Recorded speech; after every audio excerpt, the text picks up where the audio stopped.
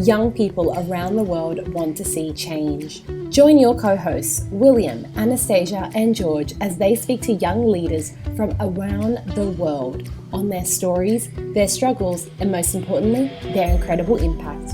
In season 2 of this podcast, be ready to get inspired. This is where action begins, and this is the Young Changemakers podcast. Hey guys, today I'm interviewing someone from Atlanta, USA. Her name is Mellie Napolitano. She graduated from Georgetown University back in 2014 and has dedicated her career to public service. She's currently doing this as a compliance specialist at the Technical College System of Georgia, where she oversees workforce development programs. Back in 2013, she was a community service day coordinator in her university. She coordinated service projects for 650 students at 14 sites through collaboration with community partners. Her desire to serve others led her to write her first book, Hola Miss. In this book, she shares her experience of working with Latino immigrants in Washington, D.C., to give a human face to the U.S. immigration debate. In order to protect the privacy of the people she worked with and the organizations themselves, she anonymized the names that were mentioned in the book. Most of the stories in the book come from her experience of working at a nonprofit in DC named Grace House, in a social worker type role, connecting clients with basic resources like food, clothing, and housing. Almost all of her clients were Latino immigrants or children of Latino immigrants, and some of them were undocumented.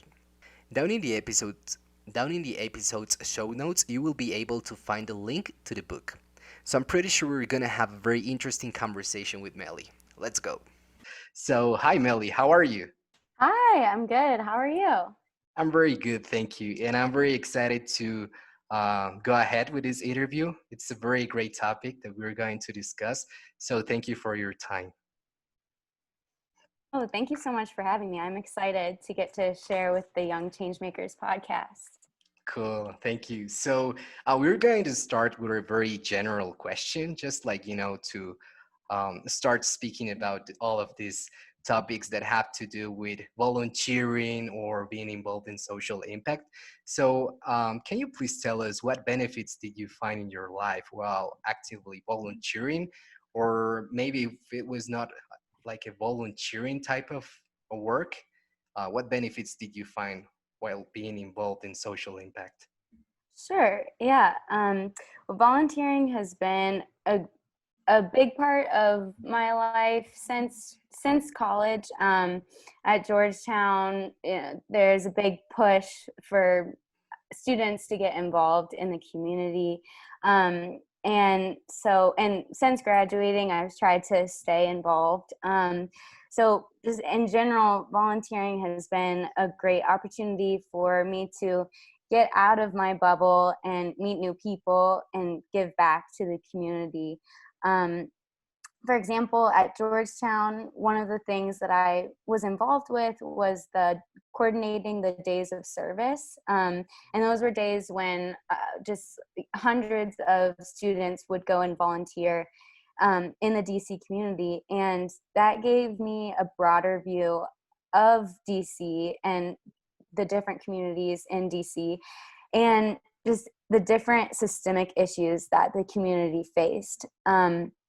But since I got to be in a coordinator role, it also gave me good leadership experience, like working with community partners and delegating tasks to the planning committee members. So that was cool for me, and something that then when I applied for jobs, I could talk about that volunteer experience and that leadership experience, which was helpful. Cool. So I think that you mentioned something very important that can help you in your professional, area. Is that if you Mhm. mentioned that you're really involved in volunteering, like they take you into consideration, right? Yeah, they do. I think just to be able to show that you're passionate about something, passionate enough to go and do it for free. Yeah. I think that's impressive. And then also, if you have had leadership experience in those activities, then that's even one more thing that you can talk about and share with prospective employers. Yeah, definitely. I agree with you. And more than, like being doing something for free, I think it's more like a win-win situation, right? Where you get Yeah, a lot of good emotions and experience, but also helping a lot definitely. of people. So that's really Definitely. cool. Yeah, definitely. I would like to know if you can share a bit about, how the current situation of immigration is going in the States, more like a broader perspective. Yeah. Yeah, I'd be happy to. This is my perspective, so I'll try to be unbiased, but different people will tell you different things. But immigration has become a hot button issue that's been very tied to politics during the last several years in the U.S. And when I talk about immigration in my book, I'm talking about Latino immigrants who are mainly coming from El Salvador, Guatemala, and Honduras, because those are the most common home countries of immigrants who cross the border, and sometimes they're crossing without documentation. Um, and one of President Trump's campaign promises in 2016 was that he would build the wall, of course, between Mexico and the US. And some people were very against that, and a lot of his base voters were proponents for that wall. Immigration is a divisive issue, even for policies like DACA, which grants protection for immigrants who came here as children. Congress members on both sides of the aisle generally agree that they want to keep DACA, but because of politics, they have a hard time ever coming to a compromise on how to keep DACA. But still, hundreds of thousands of immigrants still cross or attempt to cross the border every year. So it seems like the quote unquote issue of immigration isn't going away anytime soon. Yeah, it's like something that maybe it's getting bigger as time Yeah, passes. Would you say something like yeah, that? it's hard to tell because as we have increased border patrol, Yeah. the number of apprehensions increases as well. There are more people guarding the border, so they're going to, apprehend more people at the border. So it's kind of hard to know whether or not the number of people crossing has increased. Yeah. But it's definitely possible. Yeah. It's like as a Guatemalan, I've heard like throughout my life experiences from people around Yeah, my town or that I get to visit, and they tell me, like a lot of stories about I'm sure. crossing the border or that they have family there, Right. brothers or siblings, and yeah, Yeah. it's like a very common topic to hear about. You also have a lot of friends here that maybe are Americans because they were born there or Right. something like that. But Right. yeah. Yeah. Mhm. Yeah, I bet. Yeah, I've read about that. Like once someone from your community crosses the border, and a lot of times they do come back to their home country, then you kind of have this like social network, and then it's much more likely that people from their community are going to go to the United States as well, just because like now I know my neighbor, like my neighbor is going to help me with figuring out how I can get to the US. Yeah, definitely. It's like, from the perspective from the people, from Guatemalan people, it's like, Mhm. okay, so if my neighbor could do it, I can do it also, right? And Right. I'm going to have like someone that can help me there. So it's going to Right. be easier, so to speak. Right. But Yeah. yeah, thank you for giving us that perspective on the current Yeah. situation. Yeah. So I'm going to let you know that I had the opportunity to go to Amazon and to read the short description of your book. And it was really impressed by it. Oh, thank Congratulations you. by that. Thank you. Thank you. It's really cool how you got interested in this topic, not only by working on that, but um, going further and writing about that and Thank publishing a you. book because it's something really cool. So, considering that this topic always causes a big debate in the Republican community, I'd like to ask you why you got interested on this. Like, as you Hmm. told me, you come from like a very conservative family, so I imagine Hmm. it was maybe a bit difficult at the beginning. Yeah. Um, but yeah, and also if you can give us a bit um, description why you wrote Hola Yeah. Miss. Yeah, definitely. So the short answer is that I wrote the book to give more of a human face to the issue of immigration, particularly among conservatives or Republicans, because as you said, I grew up as and still associate myself as a conservative. But from based off of my time working with immigrants, I knew that the stereotypes around immigrants were not accurate. Um, that's the short answer. To give you the long answer, so after graduating from Georgetown, I worked with immigrants, and then I, after a few years in that field, I was pretty emotionally drained from the experience, just because immigrants they go through so many hardships, and so it was hard for me to try to help them. Sometimes I felt like I wasn't helping them. Anyways, after a few years, I switched career fields, and I started doing something different. But like deep down inside, I still had a heart for the issue of immigration. I still wanted to do something. So I had this dream job of being an immigration policy advisor, like in the White House. But I really had no idea how I was going to get there. But I told my husband, that was my dream job. And then kind of soon after that, a Georgetown professor approached my husband over LinkedIn and said that he had this virtual book writing class that he had had a lot of success with at Georgetown. And he pitched it as a way to become an expert on a field of interest. So me and my husband talked, and this seems like a good way, if I could write a book on immigration policy, then I'd be able to say, well, I'm an expert on it. And that would be a good step in the right direction.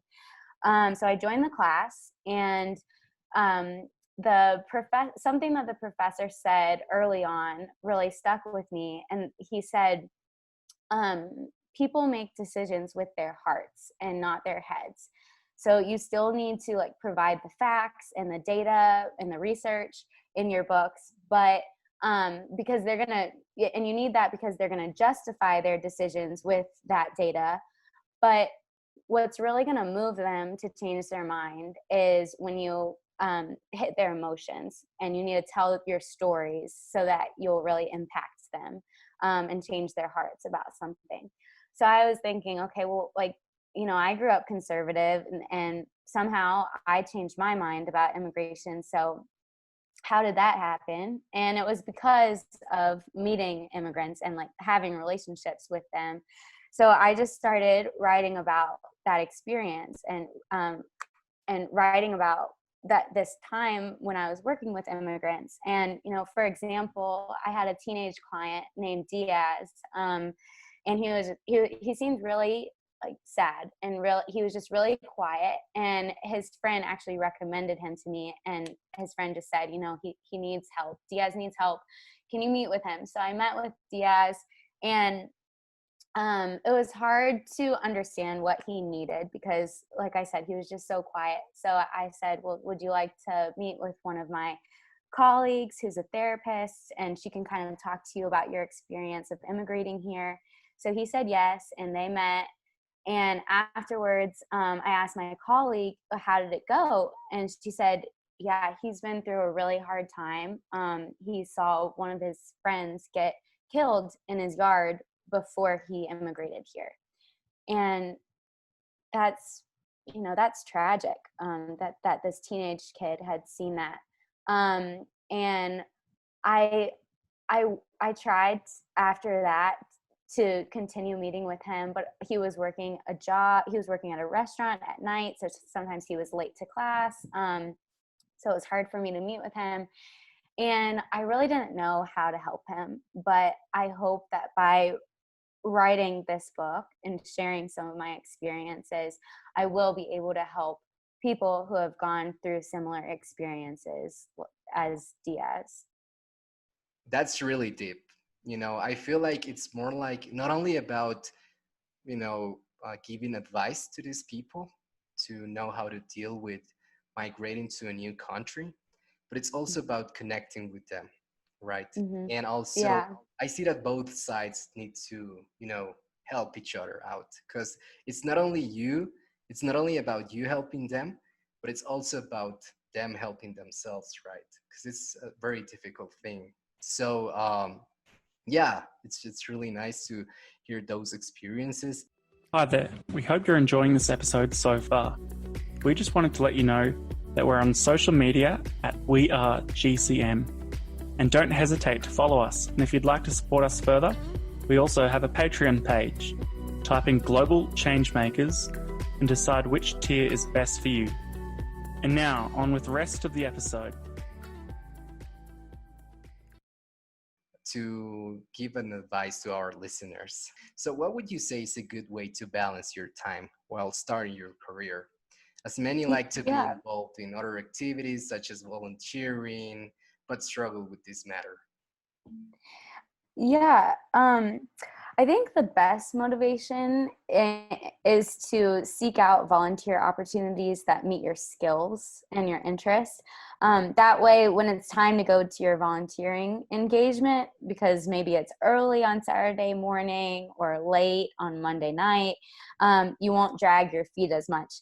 You'll have that extra incentive to go because you know that you'll be adding value and gaining experience. Another thing that has helped me is to have a friend to volunteer with. For example, a few years ago, I was volunteering in the prison ministry at my church, and I loved it, but it was late on Monday nights, and sometimes I just wanted to go home after work. You know, I didn't want to go volunteer because I was tired or whatever, but then my sister joined, and that made it much easier. And it was kind of grounding to have someone there that knew me well, and it was helpful to be able to drive home together at the end of the night. Yeah, so it's like you both support each other to go volunteer, right? Yeah. I think that helps a lot because I can relate to that too. And yeah, you both help each other to go out there and volunteer. Yeah, it's helpful to have a buddy. Yeah. So now that you already gave us a quick background on what inspired you to write your book called Hola Miss, it would be very interesting to know if you have another story that you would like to share with us, like some other story like the one from this teenager. Would you like to share any with us? So feel free to tell me. And also, do you feel like any of these stories disprove anything? Yeah, I'd love to share another story. One story that comes to mind is another experience of working with my teenage clients. I like to keep a vision board, just to keep in mind what my goals are. So to be able to see my goals in front of me, when I see those goals, they remind me of what I'm trying to achieve. So my teenage clients had a lot on their plates. Often they were struggling to learn English, and they worked at night, and they were living away from their parents or siblings back in their home countries. And I really can't imagine what that was like. I taught them how to make vision boards because I wanted to give them something to get inspired and excited about. And I also wanted to relate their goals to how it was important to come to class and graduate from high school. What surprised me was that some of my clients had the same goals as me. One student in particular wanted to go to Paris and do motivational speaking and go to professional soccer games. And looking back, maybe I shouldn't have been so surprised, but I think that at least in the US, we have a tendency to turn issues into us and them. So in the case of immigration, it's much easier, for example, to say, let's deport illegal immigrants, when the stereotypes around immigrants are that they're drug dealers or criminals, as we often hear in the media.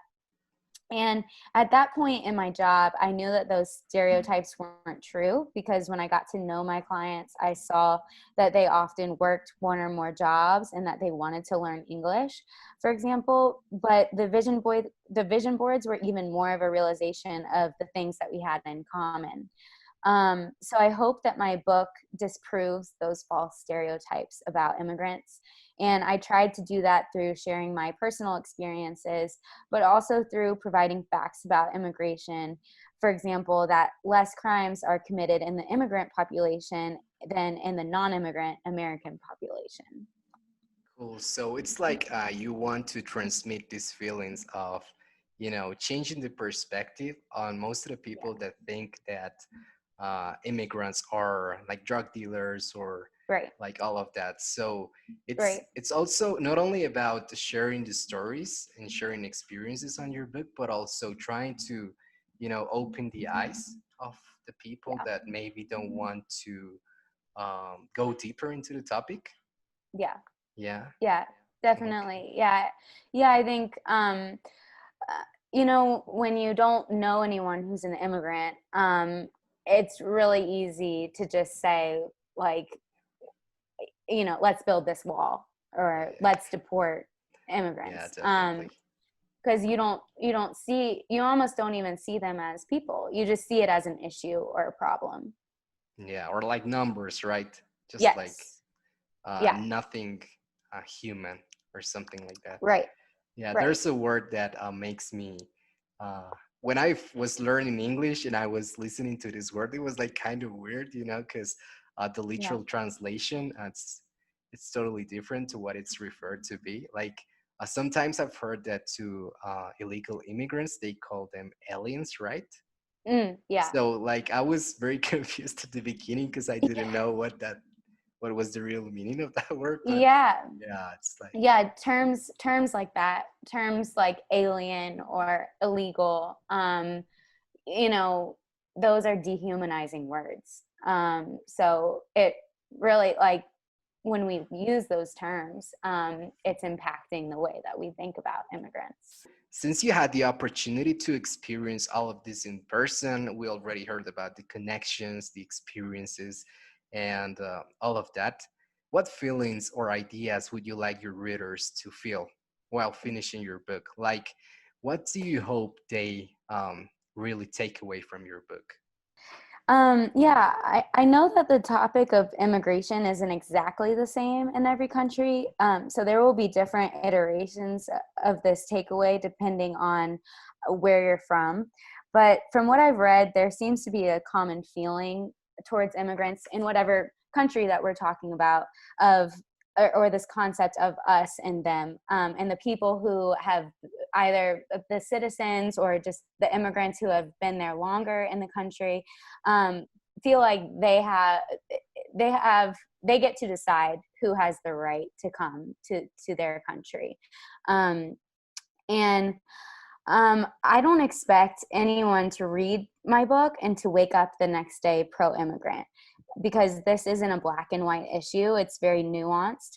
But I do hope that my book will lead readers to ask, well, what do I think about immigrants and why do I think that way? You mentioned earlier that when you read my book description, it seemed like I was trying to challenge the normal. And looking back, that is what I was doing in a sense. This is the Young Changemakers podcast, and I think young people have so much opportunity to challenge the normal in a good way. Congressman John Lewis recently passed away, and he represented my state, the state of Georgia, and he was a civil rights activist, and he marched with Martin Luther King Jr. in the 60s. And he always encouraged people to get into good trouble. And I would say to listeners, if there's something in your community that you're passionate about, don't be afraid to shake things up and get into good trouble, like he said. Yeah, wow, that's really cool. This congressman that had the opportunity to work with him.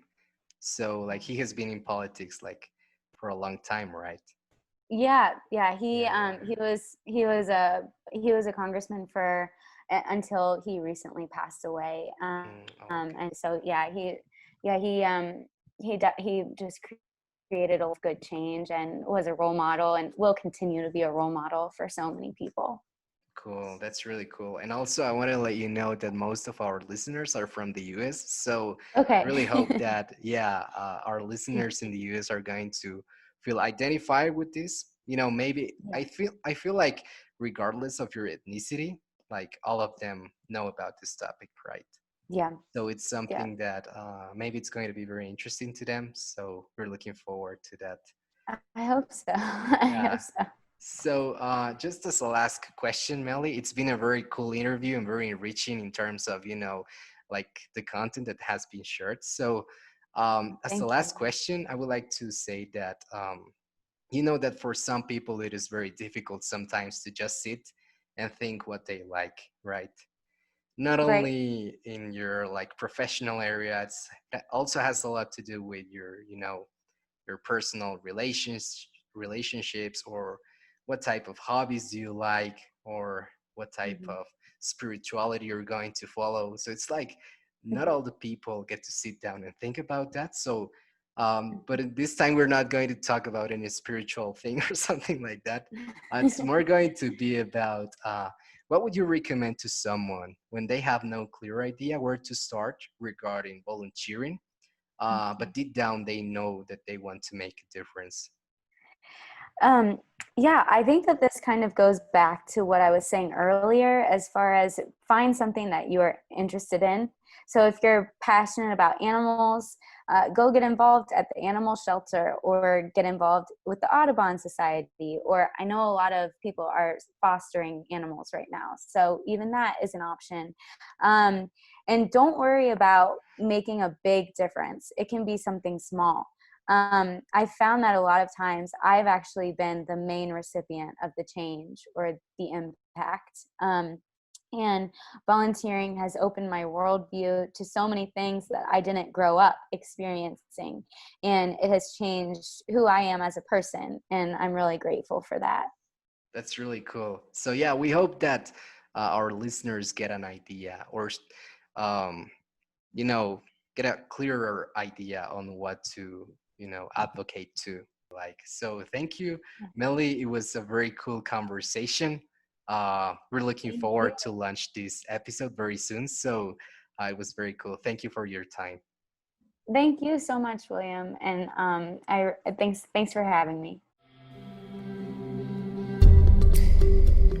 Hey, thank you so much for listening to this episode. Remember that you can help us have a greater impact by sharing this and encouraging everybody on your social media to take a listen.